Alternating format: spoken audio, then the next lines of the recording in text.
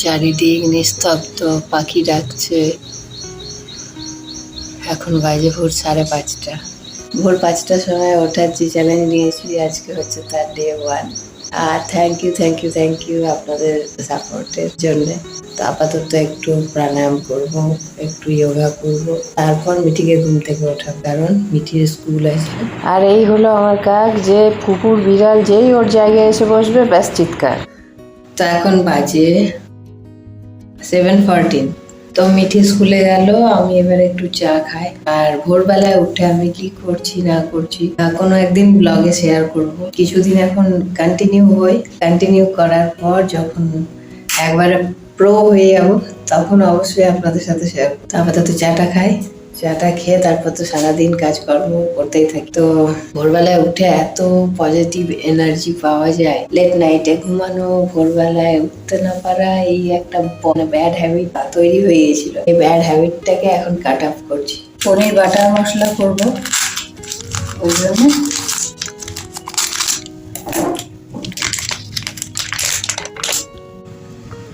তো ওই জন্যে আজকে আমুলের পনিরটা নিয়ে এসেছি। আমুলের পনিরটা ওরাউট খুবই ভালো, সফট হয়। তো ব্যাঙের ছাতা তো অনেক খাওয়া হলো, বর্ষাকালে ব্যাঙের ছাতা প্রচুর খেয়েছি। তো আমুলের পনিরটা নিয়ে এসেছিলাম আজকে, কারণ এটার মধ্যে একটা এক্সট্রা মালাই অ্যাড করা থাকে। ওই জন্য পনির বাটার মশলা এই পনিরটা দিয়ে বেশি ভালো হয়। কারণ আদার্স কোম্পানির আমি পনির দেখেছি, তার মধ্যে কিন্তু বাটার তুলে নেয় ওরা। একটু নুন দিয়ে দিলাম,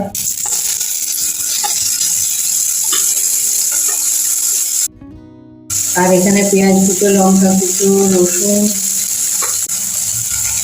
এই যে সুন্দর একটু ব্রাউন কালার করে ভেজে নিলাম। তো যাবে থেকে মাছ, মাংস, ডিম এগুলো ত্যাগ করেছি খাওয়া। তবে তারপর থেকে আমি পনিরের রেসিপি বা মাশরুমের রেসিপি, সয়াবিনের রেসিপি, বিভিন্ন রকমের রেসিপি কিন্তু নানা রকমভাবে ট্রাই করি, কারণ খাওয়ার মধ্যে তো এগুলো। ওই জন্যে আজকে পনিরটা একটু অন্যভাবেই করছি। কাজু দেবো না আমি আজকে দেবো একটু দুধ আর ক্রিম দেবো। তো হয়ে গেছে, এবার একটু ঠান্ডা করে পেস্ট করব। তো মশলা তো এমনি আগে হয়ে আছে, জাস্ট একটু হয়ে যাক। আর এখানে একটু মিক্সড মশলা রেখেছি, সেটা দিয়ে দেবো।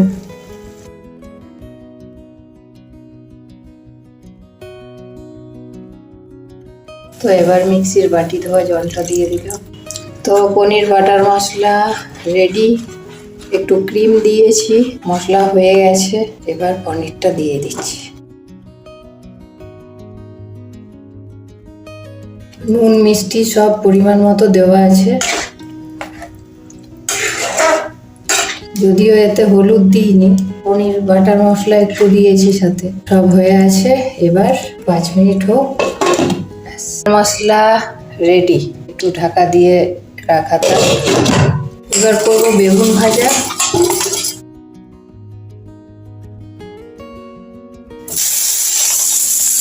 তো আমার তো যা অ্যালার্জি হয়, অ্যালার্জির ভয়ে আমি তো বেগুন ভাজা খেতেই পারি না, কিন্তু ভালো লাগে খেতে। তো ওই মিঠির জন্যই বেগুনটা ভেজে দিচ্ছি। এই যে বেগুন ভাজা হয়ে গেছে, একটু বেশি ভাজা হয়ে গেছে। করছি কলমির শাকটা ভাজা হয়ে যাক। বেগুন ভাজা হলো, কলমির শাক ভাজা হলো, এখানে বেগুন ভাজা। আর সকালে মিঠিকে পাস্তা টিফিনে দিয়েছিলাম, সেই পাস্তা রয়ে গেছে। আর এখানে তো পনির বাটার মশলা। বাজে এখন সন্ধ্যে 6:30, আর বাইরে চলছে মুষলধারায় বৃষ্টি।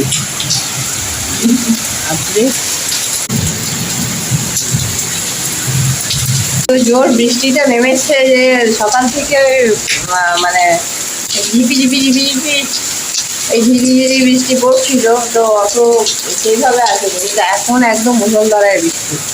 মানে ভালো রকমের, সাথে বিদ্যুৎ চমকাচ্ছে, মেঘ ডাকছে।